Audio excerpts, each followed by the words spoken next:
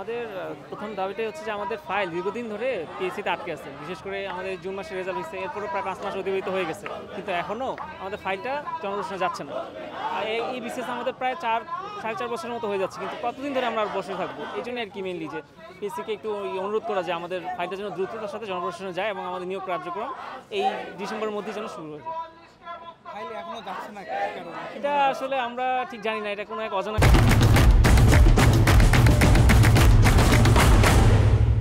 কারণে ফাইলটা ইয়ার মধ্যে আটকে আছে। কি কারণে, কেন, এটা আসলে খুবই রেজাল্ট হয়েছে জুন মাসের 30 তারিখে, এখন প্রায় 5 মাস হতে চলল।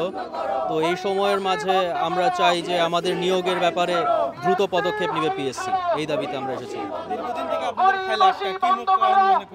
আমাদের পুনঃ রেজাল্টের একটা বিষয় ছিল, যার জন্য প্রায় 4 মাস সময় লেগেছে, যেটা একদমই আমার মনে হয় অযৌক্তিক। তো নিয়োগ প্রক্রিয়া নির্বাচনের আগে দ্রুততম সময় হওয়ার জন্য আমরা এখানে এসেছি। এটাই দাবি যে দ্রুত যেন পিএসসি থেকে জনপ্রশাসন মন্ত্রণালয়ে আমাদের ফাইলটা ট্রান্সফার করা হয়।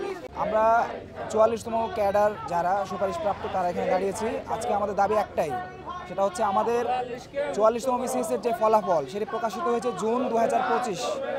আজকে প্রায় নভেম্বর, মানে 5 মাস পেরিয়ে গেলেও এর মাঝে সম্পূরক রেজাল্টের নামে 2 বার, আরেকবার রেজাল্ট হয়েছে, আরও 2 বার, ফলাফলে 3 বার রেজাল্ট হয়েছে। কিন্তু আমরা 5 মাস পার হয়ে যাওয়ার পরেও ফলের পরেই যেখানে জনপ্রশাসনে আমাদের ফাইল প্রেরণ করা হওয়ার কথা সেটি এখনও হয়নি।